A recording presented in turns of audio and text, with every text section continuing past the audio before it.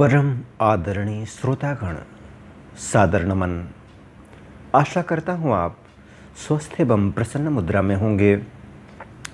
आज आपके समक्ष प्रस्तुत है श्रीमद् भागवत महापुराण तृतीय स्कंद 25वां अध्याय, जिसमें देवहूति का प्रश्न तथा भगवान कपिल द्वारा भक्ति योग की महिमा का वर्णन किया गया है। सच्चिदानंदरूपाय विश्वोत्पत्त्यादिहेतवे तापत्रय विनाशाय श्रीकृष्णाय वयं नुमः। वसुदेवसुतं देवं कंसचाणूरमर्दनं देवकी परमानन्दं कृष्णं वन्दे जगद्गुरुं। कृष्णाय वासुदेवाय हरे परमात्मने प्रणतक्लेशनाशाय गोविन्दाय नमो नमः। नारायणं नमस्कृत्य नरं चैव नरोत्तमं देवीं सरस्वतीं व्यासं ततो जयमुदीरयेत्। शौनक जी ने पूछा, सूत जी, तत्वों की संख्या करने वाले भगवान कपिल साक्षात अजन्मा नारायण होकर भी लोगों को आत्मज्ञान का उपदेश करने के लिए अपनी माया से उत्पन्न हुए थे।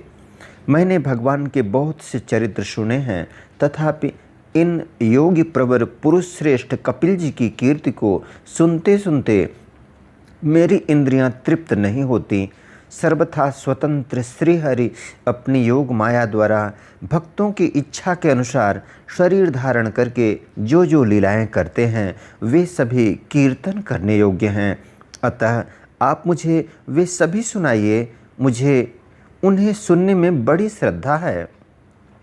सूत जी कहते हैं, मुने, आपकी ही भांति जब विदुर ने भी यह आत्मज्ञान विषयक प्रश्न किया तो श्री व्यास जी के सखा भगवान मैत्रेय जी प्रसन्न होकर इस प्रकार कहने लगे। श्री मैत्रेय जी ने कहा, विदुर जी, पिता के वन में चले जाने पर भगवान कपिल जी माता का प्रिय करने की इच्छा से उस बिंदुसर तीर्थ में रहने लगे। एक दिन तत्व समूह के पारदर्शी भगवान कपिल कर्म कलाप से विरत हो आसन पर विराजमान थे। उस समय ब्रह्मा जी के वचनों का स्मरण करके देवहूति ने उनसे कहा। देवहूति बोली, भूमन प्रभु, इन दुष्ट इंद्रियों की विषय लालसा से मैं बहुत ऊब गई हूँ और इनकी इच्छा पूरी करते रहने से ही घोर अज्ञानांधकार में पड़ी हुई हूँ। अब आपकी कृपा से मेरी जन्म परंपरा समाप्त हो चुकी है। इसी से इस दुस्तर अज्ञानांधकार से पार लगाने के लिए सुंदर नेत्र रूप आप प्राप्त हुए हैं। आप संपूर्ण जीवों के स्वामी भगवान आदि पुरुष हैं तथा अज्ञानांधकार से अंधे पुरुषों के लिए नेत्र स्वरूप सूर्य की भांति उदित हुए हैं। देव, इन देह गेह आदि में जो मेरेपन का दुराग्रह होता है वह भी आपका ही कराया हुआ है। अतः अब आप मेरे इस महामोह को दूर कीजिए। आप अपने भक्तों के संसार रूप वृक्ष के लिए कुठार के समान हैं। मैं प्रकृति और पुरुष का ज्ञान प्राप्त करने की इच्छा से आप शरणागत वत्सल की शरण में आई हूँ। आप भागवत धर्म जानने वालों में सबसे श्रेष्ठ हैं। मैं आपको प्रणाम करती हूँ।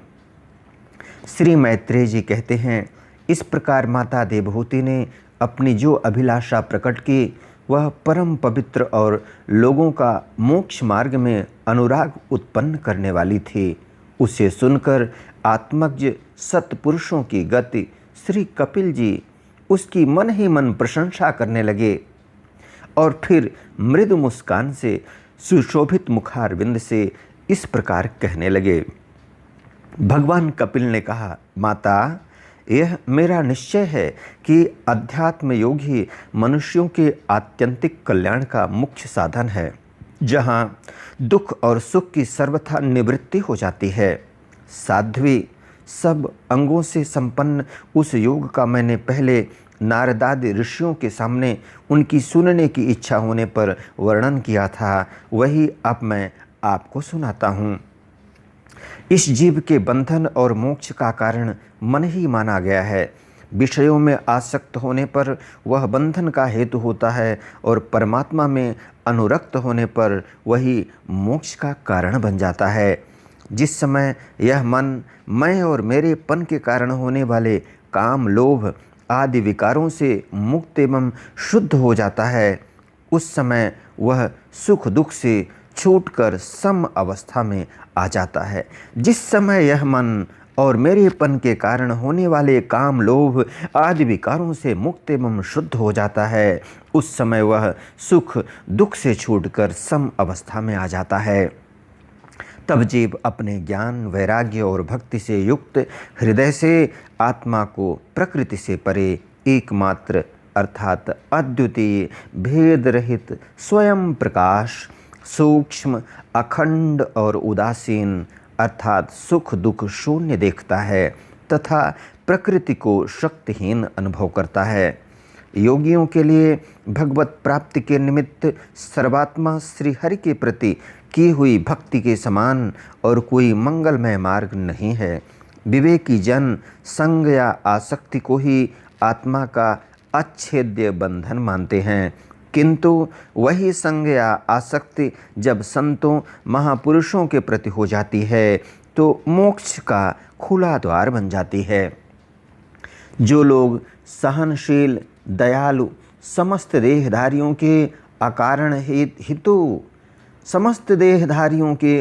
हितु किसी के प्रति भी शत्रु भाव न रखने वाले, शांत सरल स्वभाव और सत्पुरुषों का सम्मान करने वाले होते हैं, जो मुझ में अनन्य भाव से सुदृढ़ प्रेम करते हैं, मेरे लिए संपूर्ण कर्म तथा अपने सगे संबंधियों को भी त्याग देते हैं और मेरे परायण रहकर मेरी पवित्र कथाओं का श्रवण कीर्तन करते हैं तथा मुझ में ही चित्त लगाए रहते हैं, उन भक्तों को संसार के तरह तरह के ताप कोई कष्ट नहीं पहुंचाते हैं।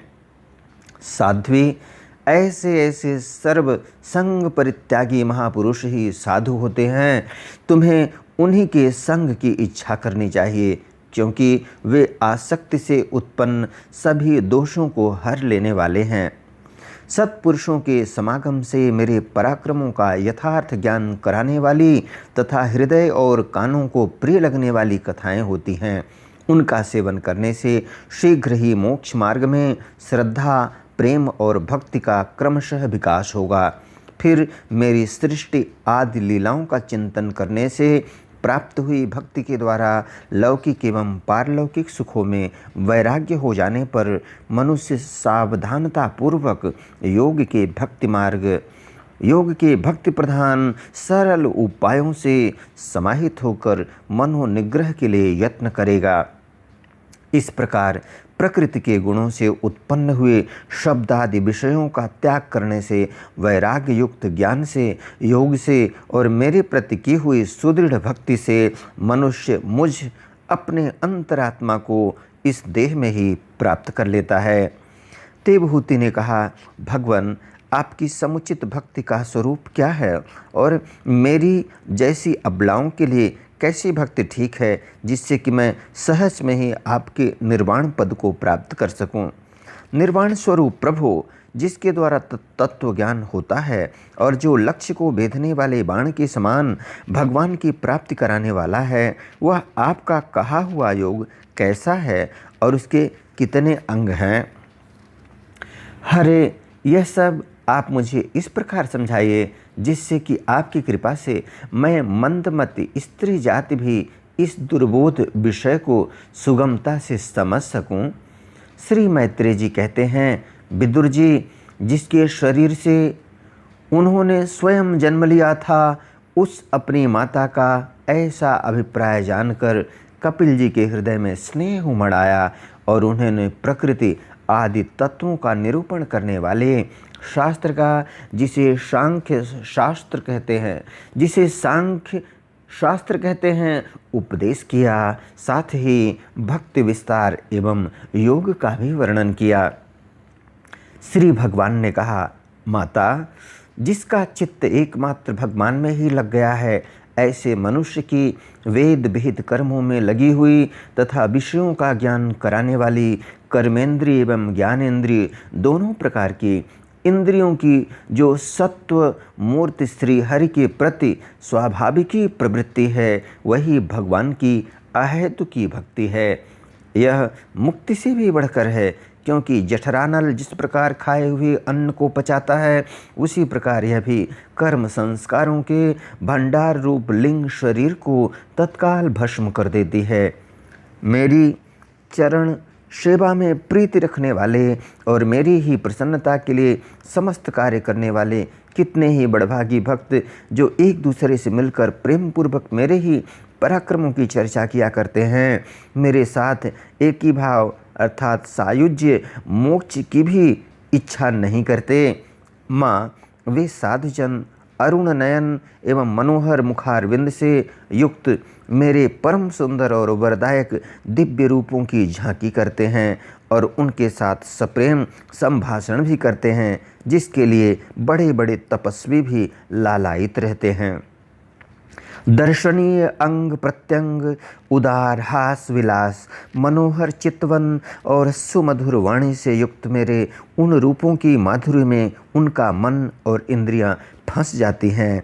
ऐसी मेरी भक्ति न चाहने पर भी उन्हें परम पद की प्राप्ति करा देती है।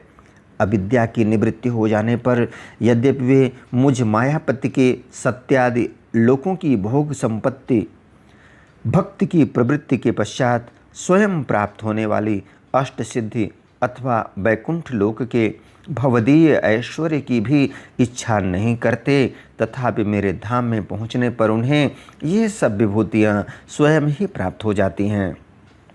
जिनका एकमात्र मैं ही प्रिय आत्मा, पुत्र, मित्र, गुरु, सुहृद और इष्ट देव हूँ, वे मेरे ही आश्रय में रहने वाले भक्तजन शांतिमय वैकुंठ धाम में पहुंचकर किसी प्रकार भी इन दिव्य भोगों से रहित नहीं होते और न उन्हें मेरा काल चक्र ही ग्रस सकता है। माता जी, जो लोग इहलोक परलोक और इन दोनों लोकों में साथ जाने वाले वासनामय लिंग देह को तथा शरीर से संबंध रखने वाले जो धन, पशु एवं गृह आदि पदार्थ हैं, उन सब को और अन्यान्य संग्रहों को भी छोड़कर अनन्य भक्ति से सब प्रकार मेरा ही भजन करते हैं, उन्हें मैं मृत्यु रूप संसार सागर से पार कर देता हूँ। मैं साक्षात भगवान हूँ, प्रकृति और पुरुष का भी प्रभु हूँ तथा समस्त प्राणियों का आत्मा हूँ। मेरे सिवा और किसी का आश्रय लेने से मृत्यु रूप महाभय से छुटकारा नहीं मिल सकता। मेरे भय से यह वायु चलती है, मेरे भय से सूर्य तपता है, मेरे भय से इंद्र वर्षा करता है और अग्नि जलाती है तथा मेरे ही भय से मृत्यु अपने कार्य में प्रवृत्त होता है। योगी जन ज्ञान, वैराग्य, भक्ति योग के द्वारा शांति प्राप्त करने के लिए मेरे निर्भय चरण कमलों का आश्रय लेते हैं। संसार में मनुष्य के लिए सबसे बड़ी कल्याण प्राप्ति यही है कि उसका चित्त तीव्र भक्ति योग के द्वारा मुझ में लगकर स्थिर हो जाए। इति श्रीमद्भागवते महापुराणे पारमहंस्यां संहितायां तृतीय स्कंधे कापिलेयोपाख्याने पंचविंशो अध्याय। बोलो वृंदावन बिहारी लाल की जय। यदक्षर पदभ्रष्टं मात्राहीनं च यद् भवेत् तत्सर्वं क्षम्यतां देव। प्रसीद परमेश्वर। वीडियो देखने के लिए धन्यवाद एवं आभार। जय हिंद, जय जगत। आपका जीवन मंगलमय हो।